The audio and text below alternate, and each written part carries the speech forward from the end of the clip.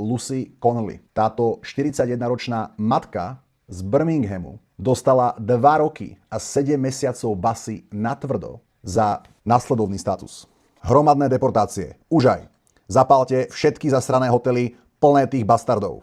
Je mi to jedno. A keď tak už odpravte spolu s nimi aj zradnú vládu a politikov. Je mi fyzicky zle, keď viem, čo budú teraz musieť tieto rodiny znášať. Ak ma to robí rasistkou, tak nech. Ale Lucy Connolly nie je jediná. Ani zďaleka.